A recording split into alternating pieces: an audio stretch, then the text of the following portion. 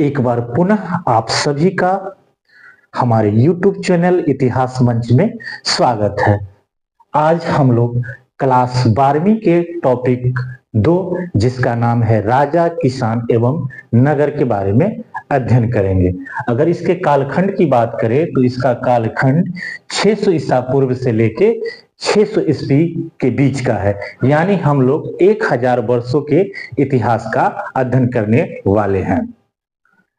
हड़प्पा सभ्यता के पतन के लगभग 1500 वर्षों के बाद विश्व के कई भागों में अनेक सभ्यताओं का विकास हुआ।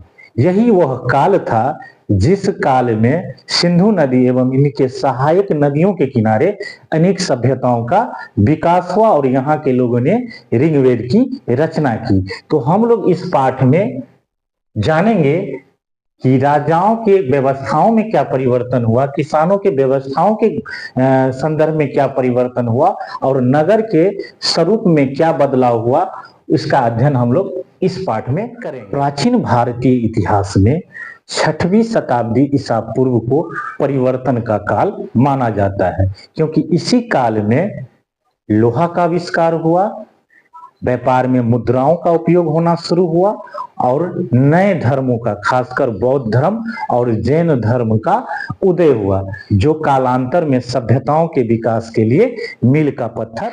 इसी बौद्ध धर्म एवं जैन धर्म में 16 महाजनपद के नाम से आरंभिक राज्यों का उल्लेख मिलता है। इन 16 महाजनपदों में सबसे प्रमुख और सबसे शक्तिशाली महाजनपद मगध था, जिसे आधुनिक बिहार के नाम से जाना जाता। अधिकांश महाजनपदों में राजा का शासन होता था, लेकिन गण एवं संघ नाम से जाने वाले महाजनपदों में लोगों के समूहों के द्वारा शासन किया जाता था।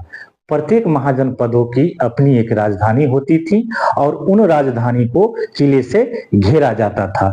इन 16 महाजनपदों में सबसे ज्यादा विकास हुआ तो वो था मगध का विकास सबसे ज्यादा क्यों हुआ, इसके कई कारण थे।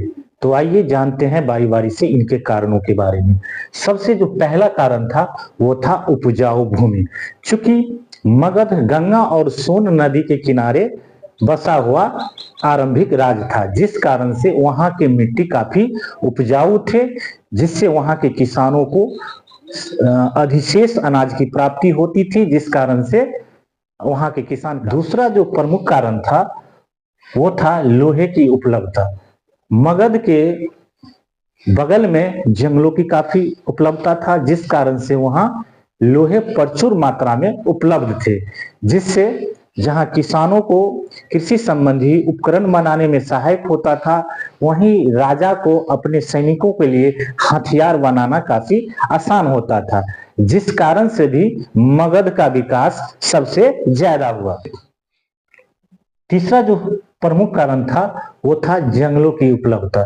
मगध में जंगलों की उपलब्धता होने के कारण इन जंगलों में हाथी काफी सुगमता और सरलता से मिल जाता था, जिस कारण से वहां के राजा इन हाथियों का उपयोग युद्ध में करते थे, जिससे भी मगध के विकास में काफी सहायक सिद्ध हुआ।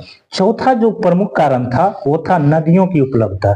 चूंकि मगध जो है गंगा एवं गंगा के सहायक नदियों के किनारे बसा हुआ एक आरंभिक राज्य था, जिस कारण से आंतरिक व्यापार एवं बाह्य व्यापार करना वहां के लोगों के लिए आसान था, जिस कारण से भी मगध का विकास सभी 16 महाजनपदों में सबसे ज्यादा हुआ। तो हम कह सकते हैं कि इन सभी कारणों के कारण 16 महाजनपदों में मगध का विकास सबसे। अगर ये मेरा वीडियो आपको अच्छा लगा हो तो कृपया मेरे चैनल इतिहास मंच को लाइक करें, सब्सक्राइब करें और दोस्तों के बीच शेयर करना ना भूलें। धन्यवाद।